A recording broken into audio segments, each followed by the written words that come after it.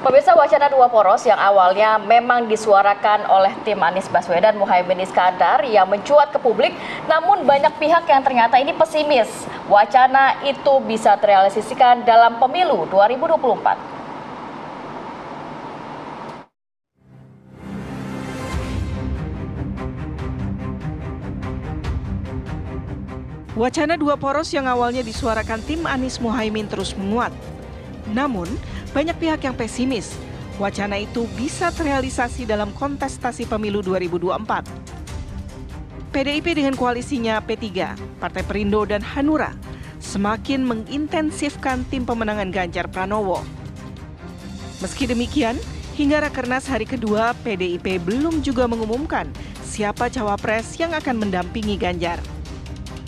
Sementara Koalisi Indonesia Maju yang diusung Partai Gerindra, Partai Golkar, PAN, dan Partai Demokrat seperti tancap gas terus mengusung Prabowo. Bahkan, beberapa utusan Prabowo bergerilya ke Jawa Timur mencari sosok cawapres potensial. Tapi nama Ketua Umum Partai Golkar Airlangga Hartarto tetap potensial menjadi cawapres. Hingga saat ini, hanya Koalisi Perubahan untuk Persatuan yang dikomandoi Partai Nasdem, PKB, dan PKS sudah menentukan pasangan untuk maju di pemilu 2024 Anies Baswedan Muhaimin Iskandar. Meski semua sudah memiliki koalisi masing-masing, tapi dinamika politik bisa saja mengubah peta koalisi tersebut.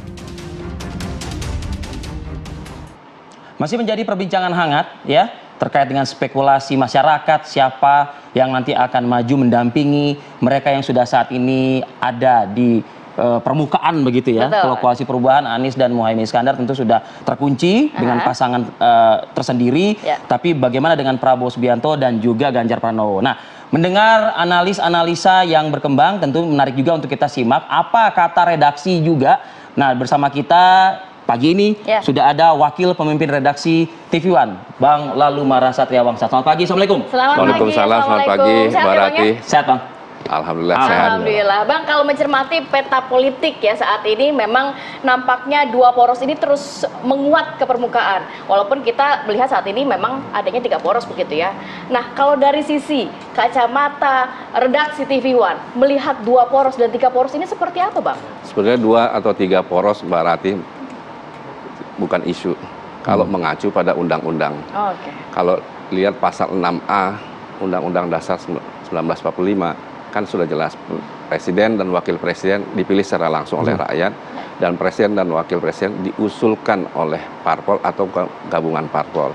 Dan produk turunan Undang-Undang Dasar 45 ini di Undang-Undang Pemilu pasal 443 kalau tidak salah, bahwa atau 221 bahwa parpol yang memiliki 20% kursi di DPR atau 25% suara secara nasional. Jadi kalau mengacu pada undang-undang, dua atau tiga itu tidak masalah. Tidak ada masalah, tidak ada masalah. Bukan di isunya di situ. Gitu. Jadi kita harus terima berapapun calon pasang presiden.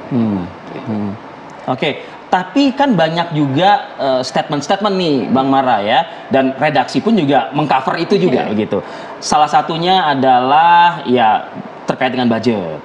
Tapi meskipun budget menjadi alasan yang penting juga, tapi KPU pun juga di lain waktu atau di lain ruangan gitu juga mengatakan untuk pemilihan kita sudah siapkan, kita sudah ada anggarannya begitu. Artinya ada apa ini gitu loh? Panitia mengatakan ada, tapi elit mengatakan ya untuk menghemat seperti itu. Ya, kalau mengacu kembali pada Undang-Undang Pemilu, pemerintah wajib mendukung pelaksanaan pemilu untuk sukses tahapan pemilu sampai pemilu serentak. Sebenarnya juga anggaran tidak ada isu juga. Tidak ada isu juga. Tidak isu, karena apa kewajiban pemerintah untuk menyiapkan anggaran tersebut.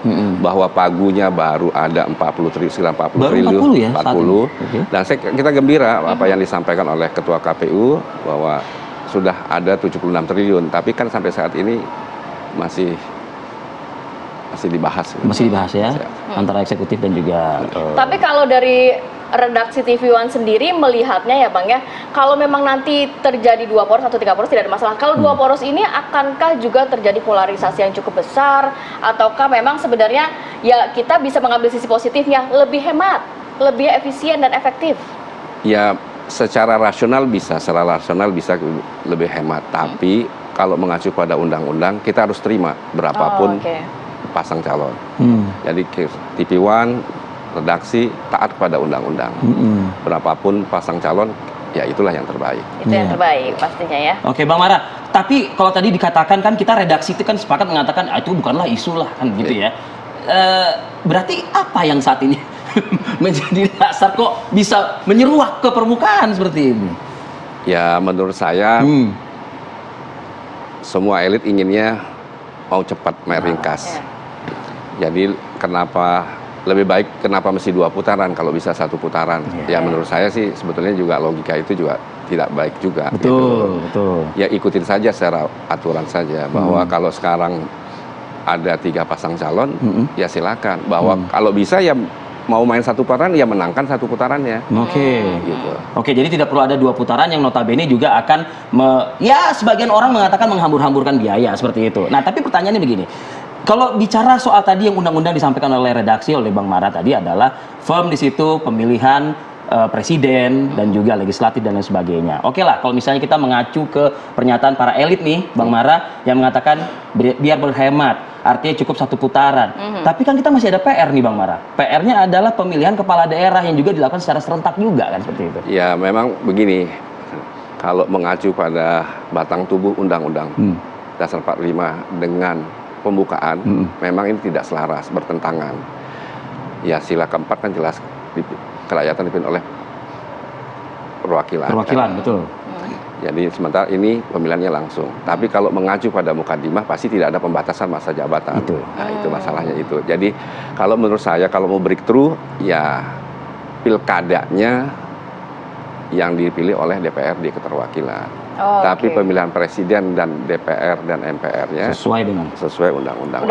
Itu kan lebih ringkas, lebih efisien. Gitu. Oke, jadi berarti kalau mengacu pada undang-undang juga, tadi pilpresnya lebih baik begitu ya Bang, memilih langsung oleh rakyat. Tapi kalau pilkadanya keterwakilan saja. Saya kira itu ya untuk jalan tengahnya. Dan kedua, pilpresnya juga perlu juga dipikirkan bahwa kalau sekarang ini pilpres ini kan serasa pemilihan presiden di Pulau Jawa saja. Karena apa 50+1. Tapi harusnya ditambahkan 2/3 wilayah agar keterwakilan dari luar Jawa juga ada. Kalau sekarang kan udah rame-rame ya paling battle-nya pertempuran akan di Jawa Timur, Jawa Tengah ya. Jadi kita pasti capres dan cawapres pasti bergerilya di pasar yang besar. Ya hal yang wajar juga. Konsekuensi logis dari undang-undang tersebut. Itu tadi kan sebentar aja. Itu kan tadi kan pengamatan Bang Mara, redaksi kita melihatnya kan kalau bisa ya di atas keterwakilan tadi ya. Tapi bagaimana juga kita sebagai redaksi menyampaikan juga kepada sebagian masyarakat yang khawatirnya menganggap loh ini bukannya justru menjadi kemunduran nih terkait dengan pemilihan dengan keterwakilan di parlemen.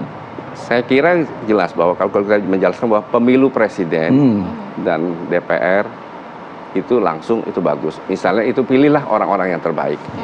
Kalau orang-orang terbaik yang memilih pasti yang dipilih yang pasti yang terbaik. Gitu. Haruskah ada amandemen dan lain sebagainya? Nah, pasti harus wajib pasti amandemen karena apa pasal 22E kan juga yang mengatur pilkada itu kan langsung. Betul. Bang, tapi kalau mungkin secara teknis harus ada peraturan lagi. Tapi kalau melihat nih ya, sebenarnya kan kalau untuk pilkada yang dipilih perwakilan, ini mungkin bisa menekan konflik horizontal, menghemat biaya, tapi aspirasi rakyat, masyarakat gimana Bang? Karena sebagian masih ada yang ingin juga pilih langsung. Iya, sebetulnya pemilihan langsung ini siapa yang diuntungkan kan? Ya, kita lihat saja apa yang terjadi pilkada secara langsung kan dari banyak beberapa kali pilkada kan isinya banyak yang masuk penjara. Ya konsekuensi logis karena biayanya mahal. Biayanya mahal. Tinggal apa yang dinikmati oleh rakyat aja sekarang. Tinggal kita bisa hitung gitu. Jadi menurut saya mesti ada breakthrough bahwa pilpres tetap langsung, pemilihan DPR tetap langsung, tapi pilkadanya sebaiknya untuk presidensil murni ya memang keterwakilan. Untuk amandemen itu justru malah menurut saya lebih efisien, lebih efisien. Artinya secara cost juga lebih efisien. Pasti. Ada juga yang menarik gitu ya. Yang menarik yang juga masih berlangsung sampai dengan saat ini ya. Iya, betul. Nah, kita juga mencermati bahwa Rakernas PDI Perjuangan yang kemarin juga sudah Bapak Presiden Joko Widodo menyampaikan mengenai perhatiannya ketahanan pangan. Selain itu juga kita mencermati banyaknya sekali tokoh-tokoh politik, tokoh-tokoh bangsa yang juga hadir dalam Rakernas PDI Perjuangan. Kita lihat dulu informasinya.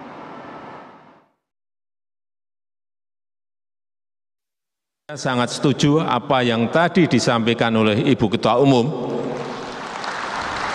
Bu Mega. Semuanya setuju. Dan lebih setuju lagi apa yang disampaikan calon presiden Pak Ganjar Pranowo. Tadi saya bisik-bisik ke beliau, Pak, nanti habis dilantik, besoknya langsung masuk ke daulatan pangan. Nggak usah lama-lama. Perencanaannya disiapkan sekarang, begitu dilantik besok langsung masuk ke kerja kedaulatan pangan. Bisikan Presiden Joko Widodo kepada Ganjar Pranowo di Rakernas PDI Perjuangan menguatkan sinyal dukungan kepada Ganjar Pranowo sebagai calon presiden. Jokowi secara gamblang menyatakan, dirinya memberikan bisikan agar Ganjar Pranowo langsung melaksanakan program kedaulatan pangan setelah Ganjar dilantik sebagai presiden. Padahal pemerintah sudah menjalankan program food estate yang dilakukan di berbagai daerah. Meski program itu dianggap sebagian kalangan tidak sukses. Soal kedekatan, Jokowi juga seringkali menunjukkannya dengan Prabowo Subianto yang merupakan baca pres dari Koalisi Indonesia Maju. Salah satu gestur kedekatan Jokowi dengan Prabowo pun diperlihatkan saat Jokowi disopiri Menteri Pertahanan ketika hendak mengunjungi PT Pindad di Bandung, Jawa Barat belum lama ini. Dalam politik, semua bisa saja terjadi. Tinggal bagaimana nantinya dukungan itu akan diarahkan.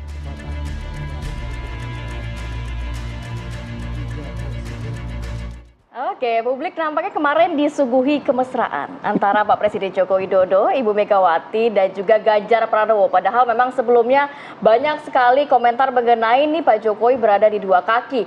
Tapi kalau melihat dari sisi kacamata redaksi TV One, kemarin ini dengan hadirnya Pak Jokowi, isi pidatonya dan gesturnya dalam Rakernas ini, pengamatan dari redaksi TV One seperti apa, Bang? Yang pasti Pak Ganjar hatinya berbunga-bunga.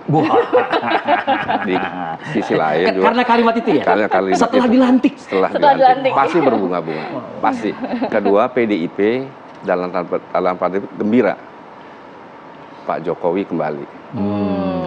Ya apapun itu memang kan sempat 1-2 hari terakhir ini disebut publik membacanya gitu ya. Kan ada gonjang-ganjing begitu segala macam. Tapi cukupkah dengan potret seperti ini di Rakernas, Bang Mara? Saya kira wajar Pak Jokowi menyampaikan hal demikian. Sebagai Presiden Republik Indonesia kan pasti memberikan kesempatan menyampaikan kepada berbagai calon gitu. Betul. Kita tunggu kepada Pak Aniesnya aja nih yang belum. Bang, tapi kalau mencermati ya kadang-kadang kan masyarakat suka berspekulasi begitu ya Bang ya. Ini melihat Pak Jokowi dan juga Pak Ganjar menggandeng Bu Mega gitu ya. Apakah ini menggambarkan, kan biasanya Pak Jokowi digambarkan dekat dengan Prabowo Subianto. Apakah ini nantinya ujung-ujungnya dua poros nih Bang? Atau enggak mungkin?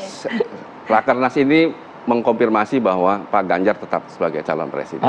Dan itu sudah bagus menurut saya, bagus. Dan Pak Prabowo tetap maju, Pak Anies tetap maju. Dan soal ini saya mengapresiasi apa yang disampaikan anak Pak Jokowi, Pak Kaisang, Mas Kaisang, yang menyatakan bahwa tetap menyebut Pak Anies. Dan kita berharap juga semuanya disebut gitu. Karena tadi juga kita menyampaikan seperti itu ya. Kita tunggulah gitu ya Bang Mara ya. Bang, hal yang lain juga yang mungkin juga menjadi perhatian redaksi juga di beberapa momen di Rakernas ini adalah kehadiran Bang dari beberapa tokoh-tokoh elit ya, juga tokoh politik di situ. Ada yang kemudian disebut-sebut ke nama Mahfud MD, lalu Kofifa Indar Parawansa, Sandiaga Uno, dan semua juga para calon kalau kita lihat kayaknya seperti kayak Anies Muhaimin juga saat ini sedang keliling-keliling Jawa Timur juga. Ada apa ini nih dengan peta perpolitikan kita nih Bang? Kalau Mas Ripi diundang PDIP kemarin pasti datang kan? jadi wajar saja kalau Pak Mahfud diundang, Bu Khofifah diundang, ya pasti datang.